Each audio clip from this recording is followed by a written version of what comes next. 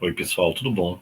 A gente vai agora ver leis ponderais, exatamente, leis ponderais, que é um assunto importante. Ele é muito importante até para o que vem pela frente, tá? Então vamos lá, vamos resolver nossa vida aqui com as leis ponderais. Vem-se embora.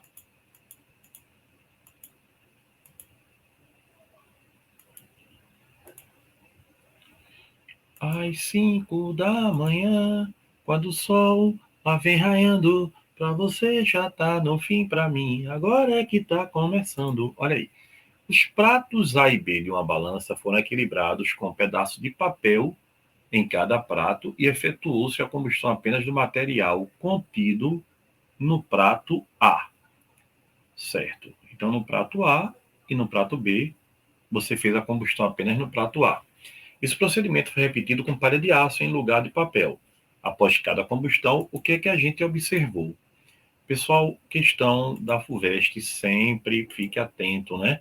Essa questão ainda não tinha caído no Enem, nenhum tipo de questão de leis ponderais, então eu escolhi uma questão da FUVEST, que é o mais próximo que a gente pode ter aí. Veja, no primeiro caso, a gente tem papel e papel, né? Tem a mesma massa, estão equilibradas. Aí eu peguei o papel e queimei. Pessoal, peguei o carbono, né? Queimei com oxigênio, vai dar o quê? Vai dar CO2. CO2 é um gás, e um gás vai embora. Se um gás aqui vai embora, e aqui eu tenho a folha de papel, então a balança vai pender para B, não é verdade? B é que vai descer, ela vai ficar pesada, porque eu queimei o papel e foi embora o que tinha na balança. Não é lamentável pensar nisso, né? Aí agora aqui, ó, eu coloquei palha de ferro aqui e aqui também, né? Bombril, palhinha de aço que a gente chama. E aí o que é que aconteceu? Olha que detalhe lindo. Eu agora queimei de novo. Só que aqui, meu amigo, formou, ó, Fe2O3. Exatamente. Formou o que, pessoal? Formou um composto iônico. Óxido de ferro é um composto iônico. Todo composto iônico, ele é o quê? Ele é sólido.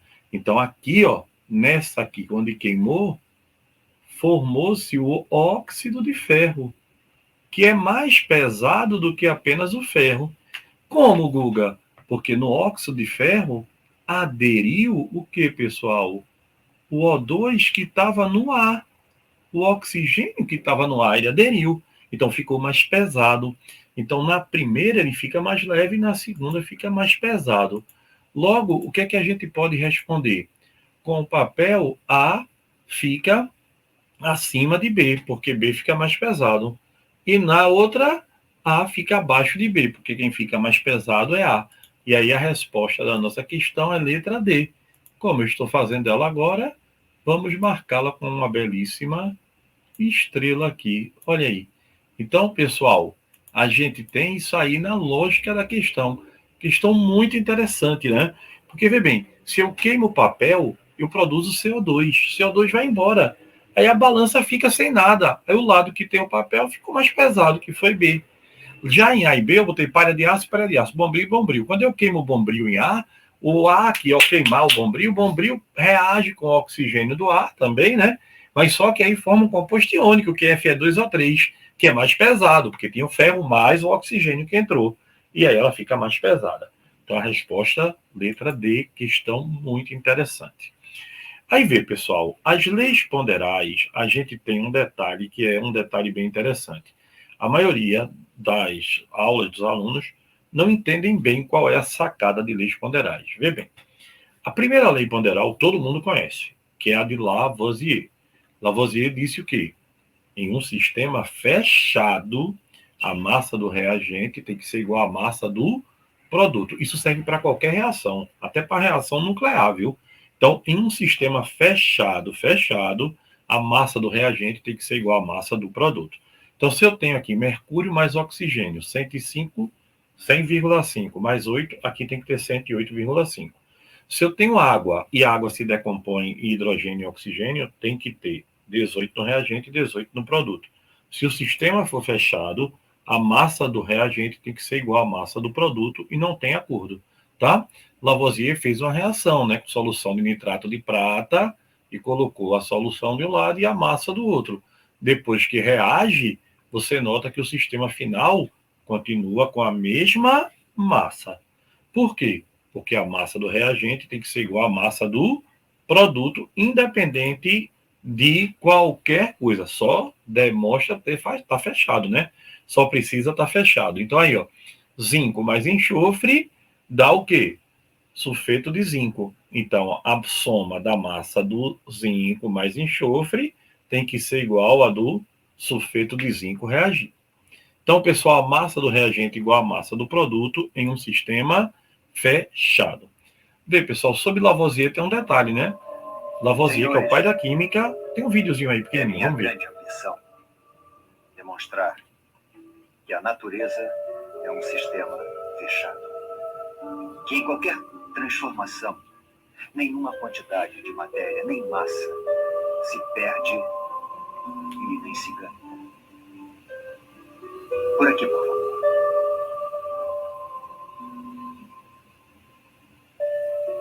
Essa precisa quantidade de água é aquecida para virar vapor. Esse vapor é posto em contato com uma barra de ferro em brasa envolta em carvão. Neste lado, esfriamos o vapor. Mas o que é interessante, coletamos menos água do que quando começamos. Então é claro que perdemos certa quantidade de água. Contudo, também coletamos um gás. E o peso da barra de ferro aumenta. Então, quando combinamos esses dois elementos, o novo peso da barra de ferro e o gás que coletamos, eles são exatamente iguais ao peso da água perdida. Mas é ar atmosférico, senhor Lavoisier. Não, porque eu meço tudo meticulosamente. Eu posso ver que está mais leve do que o ar à nossa volta. E além disso, está mais inflamado. Vá lá. A água é feita de hidrogênio e oxigênio. Então o que ele fez foi pegar o oxigênio para colocá-lo dentro de uma barra de ferro em brasa. Basicamente só estava fazendo ferrugem, que é ferro oxidado, mas ele estava fazendo ferrugem muito rapidamente. Sobrou hidrogênio, que chamamos de ar combustível, e ficava flutuando com o gás. Nenhuma massa se perdeu, meramente se transformou. E depois ele queria transformar tudo de volta em água.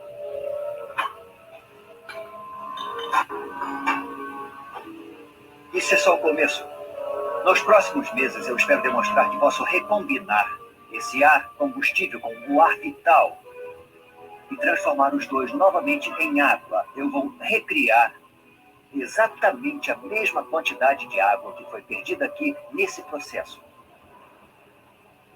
É minha esperança completar o ciclo: água em gás e em água. E não perder uma gota. Então, vê, pessoal, na época do Lavoisier era muito difícil, né? Você conseguir os experimentos, e mesmo assim ele conseguiu. Lavoisier e a esposa dele, né, que sempre trabalharam muito juntas, ela era muito organizada, ele conseguiu fazer o Tratado da Química, que é um dos livros mais, assim, um dos básicos da ciência. E ele diz: da natureza nada se cria, nada se perde, tudo se transforma. Então você tem aí a lei de Lavoisier. Lembrando que Lavoisier, pessoal, é considerado um dos pais da química, né? E na Revolução Francesa ele foi acusado de traição. Logo, como inimigo da França, ele foi guilhotinado, tá bom? Então, guilhotinado, a Revolução Francesa, que foi tão importante para o nosso mundo, né? Também foi tão maléfica para a ciência como a morte de Lavoisier. 18 anos depois ele foi inocentado, mas ele já tinha morrido, né?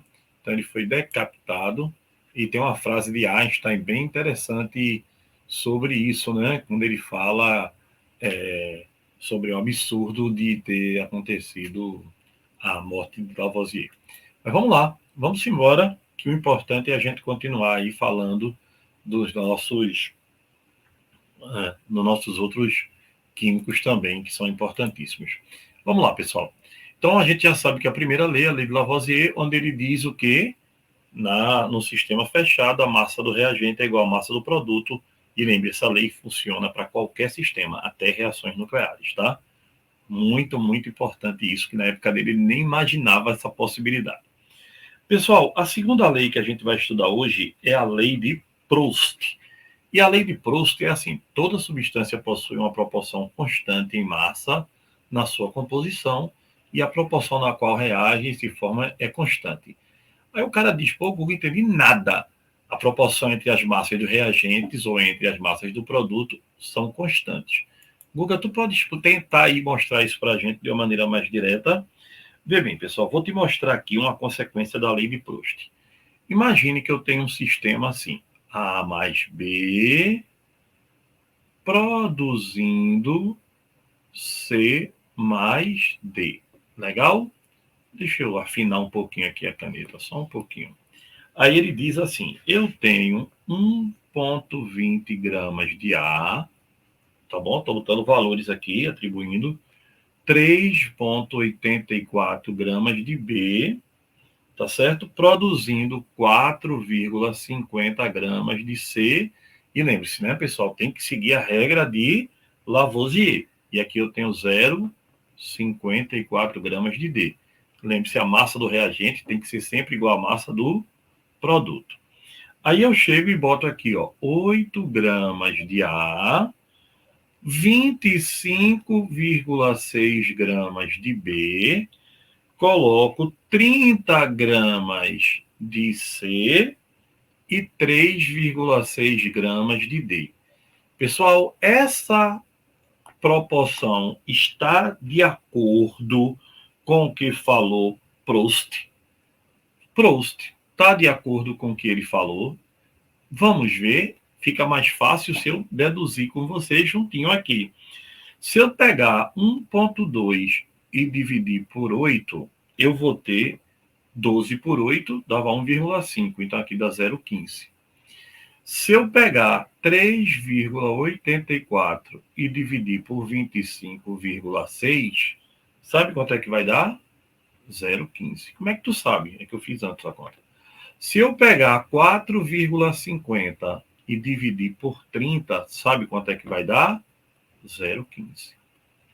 E se eu pegar 0,54, pode fazer na tua casa aí, e dividir por 3,6, sabe quanto é que vai dar? 0,15.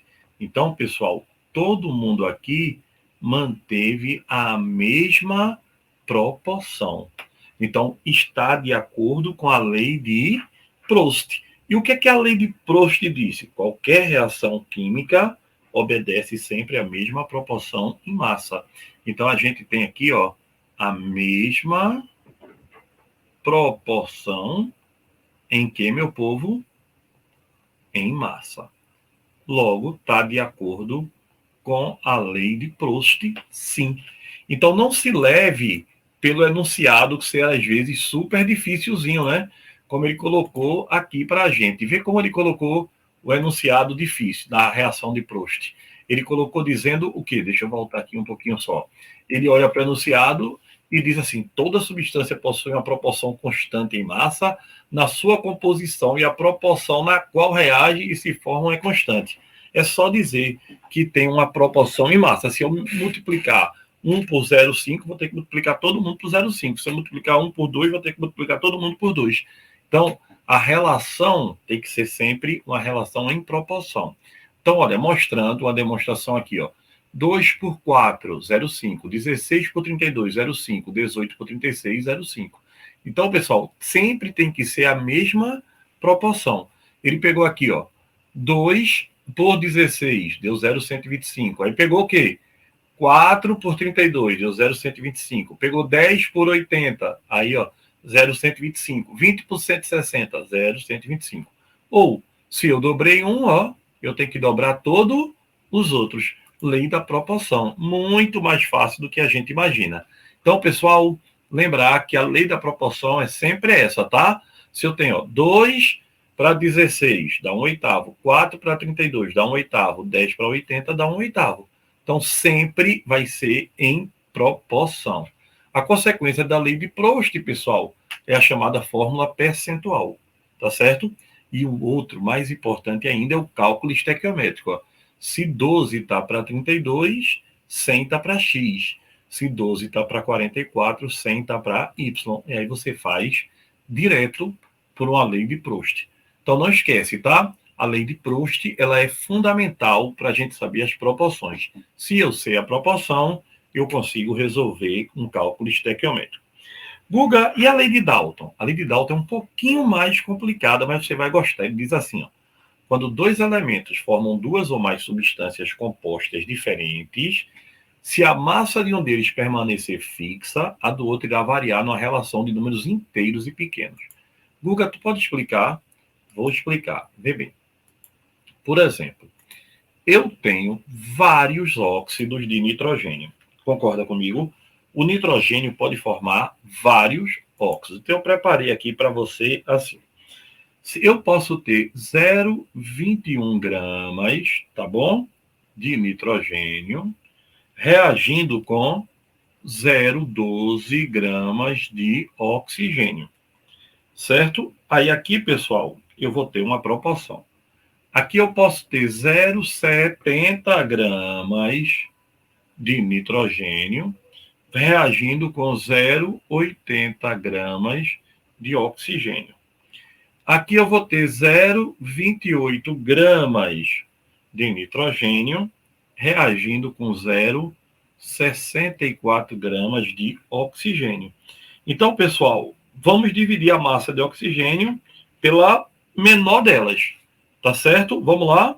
Se a gente dividir todo mundo pela menor, você vai notar que ele vai ter uma proporção, sim.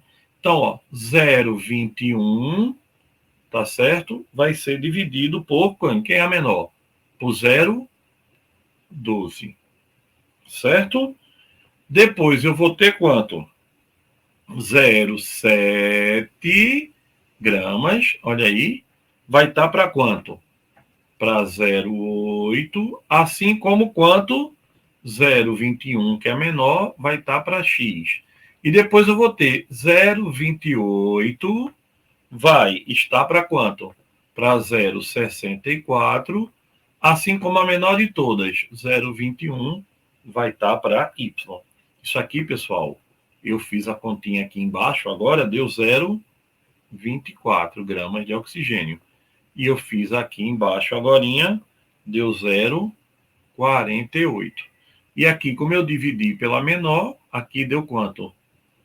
Aqui deu 0,12, não foi? Não foi o valor que eu descobri para dividir?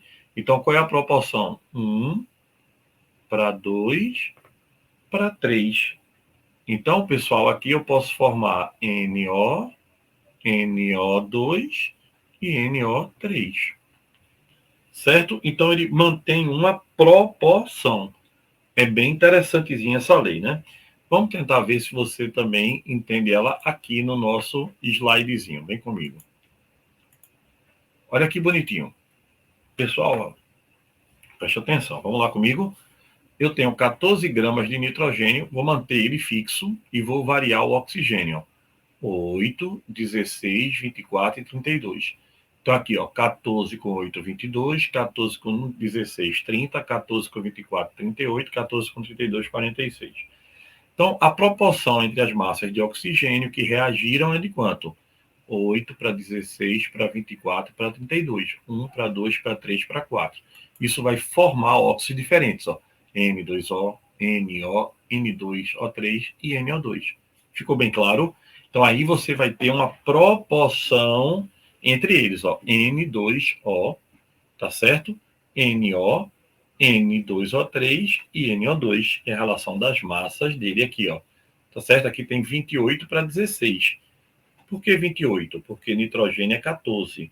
Como eu tenho 2, ó, aí aqui deu 28 e oxigênio é 16. Ah, Guga, mas aqui é 14 por 8. 28 por 16 é a mesma coisa que dividindo, né? 14 por 8. Aqui, ó, nitrogênio é 14 e oxigênio é 16. Então, é 14 para 16, 1 para 1. Aqui, ó, tem 28 para 48, que é a mesma coisa que 14 por 24. Não é legal? E aqui, ó, 14 por 32. Bateu direitinho. Ó, nitrogênio é 14, oxigênio é 32. Então, se eu mantenho um e vou aumentando o outro, tá certo? Você vai formando compostos diferentes. Foi isso que John Dalton falou. Acho que deu para entender bem direitinho, né? E agora vem uma lei, pessoal, que é fundamental. Nas mesmas condições de temperatura e pressão, os volumes dos gases que participam de uma reação têm uma proporção direta de números inteiros e pequenos. Guga, como é isso? Tu pode mostrar para a gente? Posso. Vê bem. Pessoal, quando você tiver uma reação química, a proporção em mol é sempre a proporção em volume. Olha aqui, ó. 1 mol está para 3, que está para 2. Então, 1 mol é um volume que está para 3 volumes, que está para 2. 1 litro está para 3, que está para 2. 5, se 1 está para 3, 5 está para 15. Se 1 está para 2, ó. Se 1 está para 2, 5 está para 10. Se 1 está para 3, 3 está para 9. Se 1 está para 2, 3 está para 6. Então, a proporção em mol é proporção em volume, tá? Proporção em mol é proporção em volume. Guga, eu não entendi muito bem essa não. Tu pode fazer um aqui no quadro. Vê, preste atenção. Se eu disser a você assim, por exemplo, nas CNTPs, 1 mol de gás, nas condições normais de temperatura e pressão, equivale a 22,4 litros. Então, aqui eu tenho nitrogênio mais 3 mols de hidrogênio, dando 2 mols de amônia. Pessoal, eu tenho quantos mols aqui? 1. Então, eu tenho 22,4 litros. Aqui eu tenho quantos mols? 3. 3 vezes 22,4. E aqui eu tenho 2. 2 vezes 22,4. Cancela, ó. Quanto é que deu a proporção? 1 para 3 para 2. Então, pode ser 1 para 3 para 2, 10 para 30 para 20, 100 para 300 para 200. Ou seja, a proporção em mol é a proporção em volume, tá? Proporção, anota isso aí no teu post-it. Proporção em mol é proporção em volume. Proporção em mol para gases, tá? É proporção em volume. E para terminar, ele, a lei volumétrica de Gay-Lussac. O que é que Gay-Lussac falou? Ele disse assim: nas mesmas condições de temperatura e pressão, iguais volumes de gases contêm o mesmo número de moléculas. Olha bem, pessoal. Aqui eu tenho um nitrogênio, 1 mol de O3, e aqui é hélio. Vê. Nitrogênio, 1 mol, uma molécula, 2, 3, 4, 5. Aqui eu tenho 1, 2, 3, 4, 5, e aqui eu tenho 1, 2, 3, 4, 5. Se eu estiver nas mesmas condições de temperatura e pressão, iguais volumes de gases contêm o mesmo número de moléculas. Agora, não estou entendendo, não. Vê bem, vamos lá. A hipótese de Avogadro é assim. Vem comigo aqui. Veja. Nas mesmas o quê? Leia comigo aqui, vá. Ele diz, ó. Sob as mesmas condições de temperatura e pressão, iguais volumes de gases